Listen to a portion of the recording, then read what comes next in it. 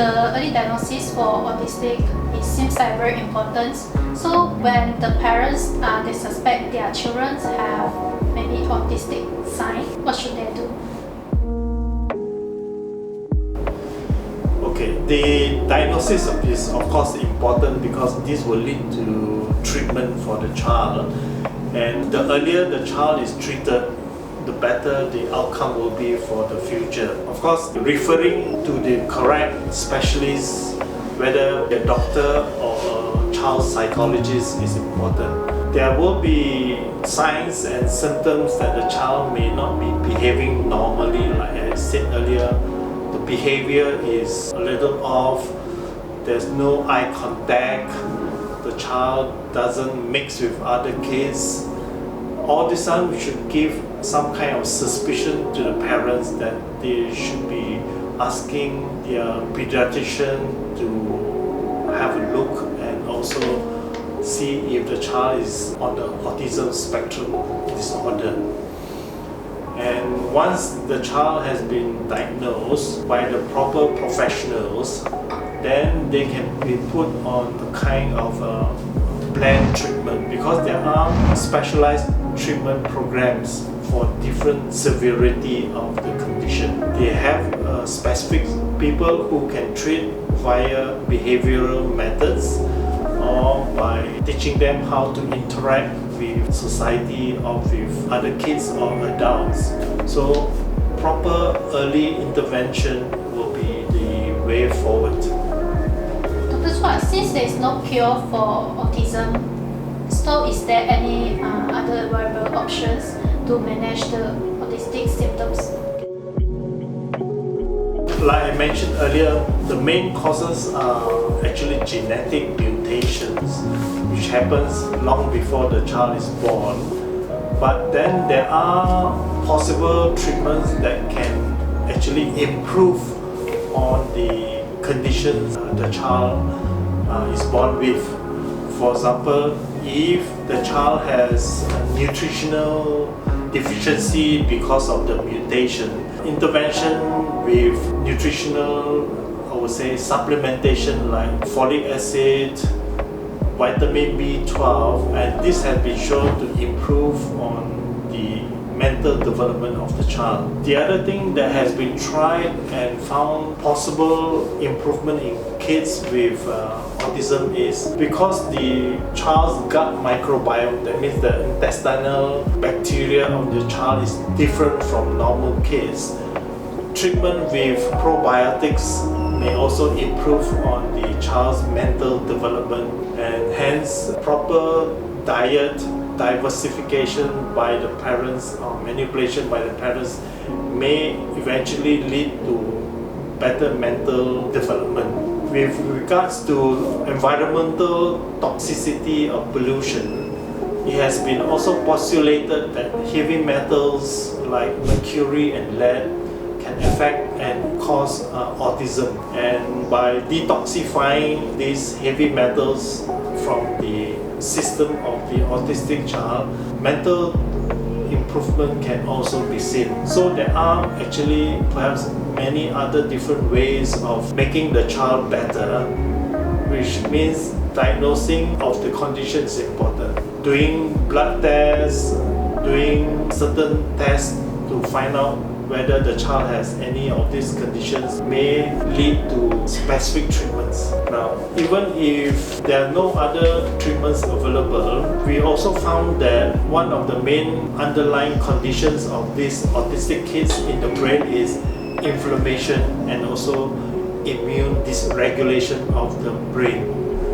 And this is where my special interest and subspecialty in regenerative medicine comes in. We found that using stem cells and the exerts, which are secretions of stem cells, can actually help with immune dysregulation and also neuroinflammation in the brain.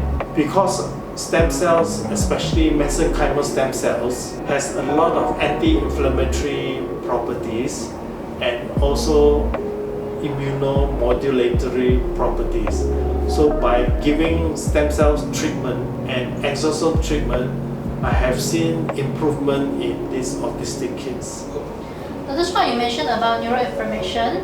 Can you elaborate about this term, neuroinflammation?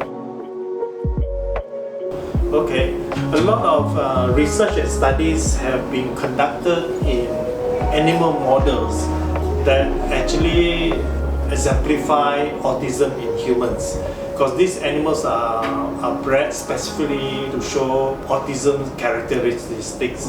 And when they studied the brains of these animal models, they found a lot of inflammatory molecules or cytokines in the brain.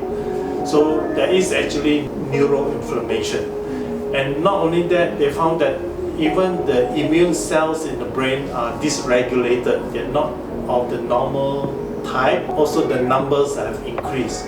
So there is a lot of inflammation in the brain. And when they treat these animals with anti-inflammatory, the conditions of these animals actually become better. So how does stem cell and exosome therapy help in this condition? Now, with my previous experience over the years with dealing with learning about stem cells, especially mesenchymal stem cells, and also recently about the secretions of mesenchymal stem cells, which we call exosomes. We found that mesenchymal stem cells have very potent anti-inflammatory properties. Together with, it also modulates the immune system. And because one of the primary problems about autism is inflammation and immune dysregulation in the brain, stem cells seem to fit in very nicely as one of the modalities of treatment.